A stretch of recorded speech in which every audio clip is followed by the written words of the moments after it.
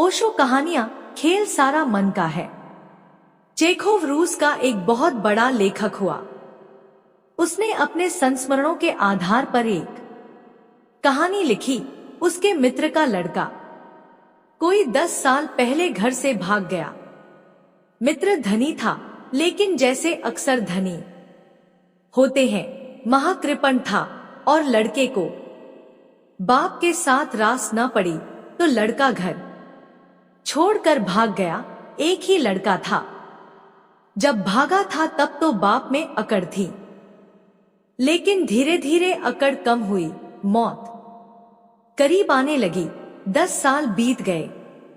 लड़के के लौटने के कोई आसार न मालूम पड़े। खोजने वाले भेजे, थोड़ा झुका बाप, क्योंकि वही तो मालिक है सारी संपदा का, और मौत कभी भी घट सकती है, कोई पता न चलता था। लेकिन एक दिन एक पत्र आया कि लड़का बहुत मुसीबत में है और पास के ही शहर में है। पिता को बुलाया है और कहा है कि अगर आप आ जाएं तो मैं घर लौट आऊंगा। अपने से मेरी आने की हिम्मत नहीं होती, शर्मिंदा मालूम पड़ता हूं, अपराधी लगता हूं। तो बाप गया शहर, एक शानदार होटल में ठहरा। लेकिन रात उसने पाया कि होटल के कमरे के बाहर कोई खांसता खंखारता, तो दरवाजा खोलकर उस आदमी से कहा कि हट जाओ, यहां से सोने दोगे या नहीं। लेकिन रात सर्द और बर्फ पड़ रही है और वह आदमी जाने को राजी नहीं है। तो उसने धक्के देकर उसे बरामदे के बाहर कर दिया। फिर जाकर वह आराम से सो गया। सुबह होटल के बाहर मैदान में भीड़ लगी पाई, कोई मर गया है।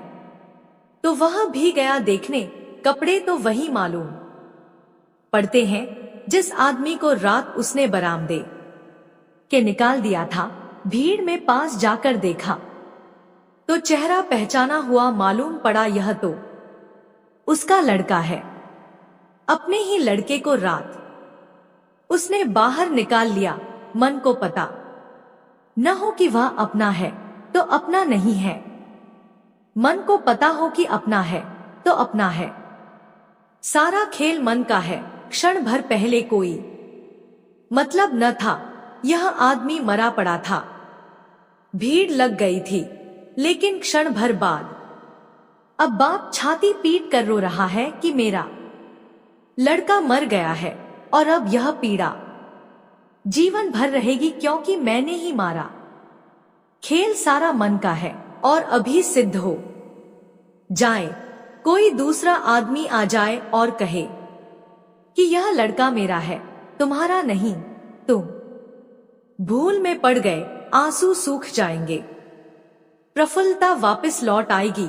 क्षण भर में सब बदल जाता है। मन का भाव बदला कि सब बदला। चेखोव ने एक और कहानी लिखी है कि 2 पुलिस वाले एक राह से गुजर रहे हैं और एक कुत्ते ने एक आवारा आदमी को डोट काट लिया है। कुत्ता भी आवारा है और उस आदमी ने उसकी टांग पकड़ ली है और होटल के पास भीड़ लगी है और लोग कह रहे हैं इसको मार ही डालो, यह दूसरों को भी सता चुका है। पता नहीं पागल हो, यह कुत्ता एक उपद्रव हो गया है।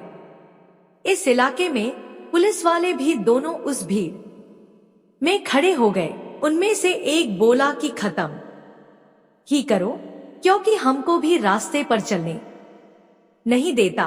कुत्ते कुछ सदा के खिलाफ हैं। सन्यासियों, पुलिस वालों, पोस्टमैन, जो भी किसी तरह का यूनिफॉर्म पहनते हैं, उनके वे खिलाफ हैं। वे एकदम नाराज हो जाते हैं।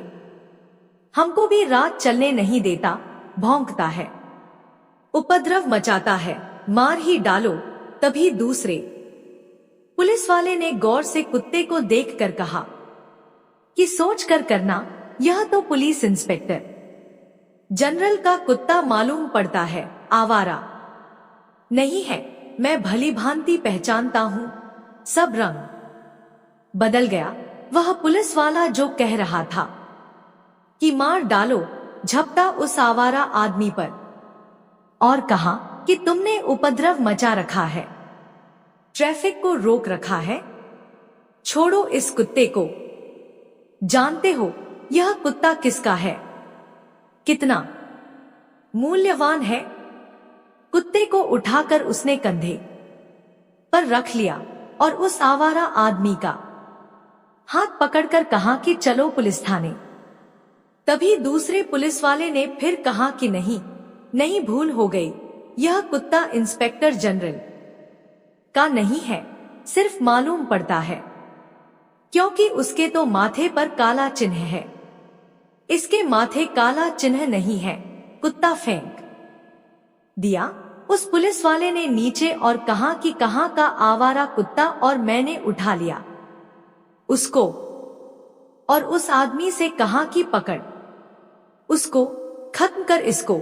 उस आदमी ने फिर उस कुत्ते को उठा लिया, उसकी टांग पकड़ ली और पछाड़ने जा ही रहा है जमीन पर कि दूसरे पुलिस वाले ने फिर कहा कि नहीं, संदेह होता है कि हो न हो, कुत्ता तो वही है क्योंकि बिल्कुल वैसे ही मालूम हो रहा है।